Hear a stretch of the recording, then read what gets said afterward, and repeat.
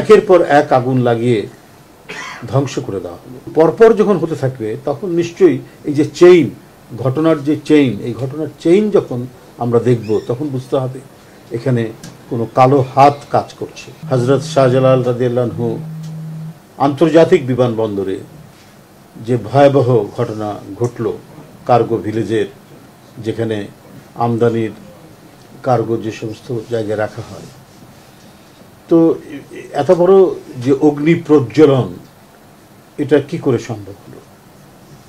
Fire সার্ভিসের গাড়ি যাচ্ছে, ফায়ার ব্রিগেড যাচ্ছে, সেখানে আবার বিমানবন্দর কর্তৃপক্ষ তাদেরকে আটকে রাখছে যে আমাদের কোনো ইয়ে নেই, কি বলে, নির্দেশনা নেই। তো এই মানে আমি যে বিষয়টি এখানে উল্লেখ করতে যাই যে এক ধরনের একটা ব্যুরোক্রেসির কারণে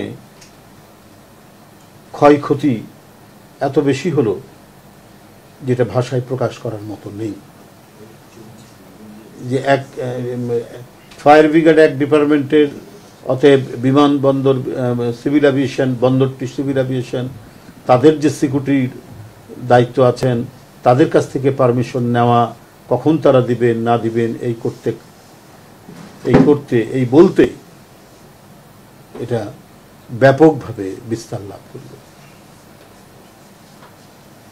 বাতাস প্রবাহিত হচ্ছিল, সেই বাতাসে আগুন আরো ছড়িয়ে পড়েছে এবং ধ্বংস প্রজ্বলন এমনভাবে হয়েছে, এটা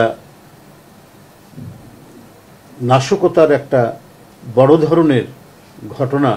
এটা মানুষের মনে সন্দেহ দেখা দিয়েছে এবং মানুষ এটাকে একটা নাশকতার অংশ বলেই মনে করছে যে পরপর এই ঘটনা কিনা।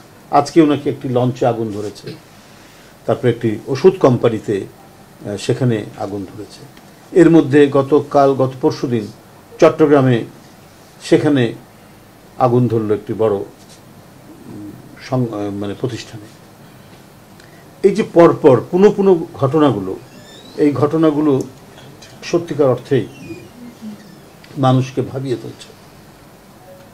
আমরা স্বাধীনতার পরে, স্বাধীনতা যুদ্ধের পরে যখন দেশ স্বাধীন হলো, তখন আমাদের গড়ে ওঠা যে জুট মিলগুলো ছিল, যেটা ছিল মানে এই তৎকালীন পূর্ব পাকিস্তান এবং আমাদের বাংলাদেশি যে জাতিসত্তা, এই জাতিসত্তার একটা অহংকার ছিল আমাদের সোনালী আঁশ পাট, এবং এই পাটকে কেন্দ্র করে, আমাদের এই কাঁচামালকে কেন্দ্র করে এত জুট মিল গড়ে উঠেছিল, যেটা ছিল আমাদের অহংকার, আমাদের গর্ব।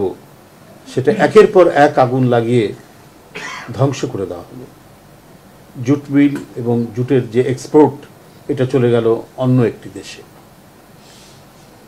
অথচ পৃথিবীর সবচাইতে উৎকৃষ্ট পাট হতো এই বাংলাদেশে, এবং এটাকে কেন্দ্র করেই গড়ে ওঠা জুট মিলগুলো আমাদের ধ্বংস হয়ে গেল এবং এটা চলে গেল আরেক জায়গায়।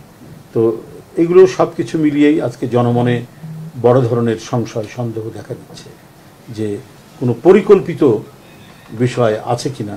এটা সবাইকে চিন্তা করতে হবে, এটা সবাইকে ভাবিয়ে তুলেছে যে এই ধরনের মানে একটি ঘটনা হতে পারে, মানে একটি রাষ্ট্রের বিভিন্ন সময় দুর্ঘটনা যে হয় না তা হয় না, সামাজিক দুর্ঘটনা এটা হতেই পারে নানা সময়। তো কিন্তু পরপর যখন হতে থাকবে তখন নিশ্চয়ই এই যে চেইন, ঘটনার যে চেইন, এই ঘটনার চেইন যখন আমরা দেখব তখন বুঝতে হবে এখানে কোনো কালো হাত কাজ করছে।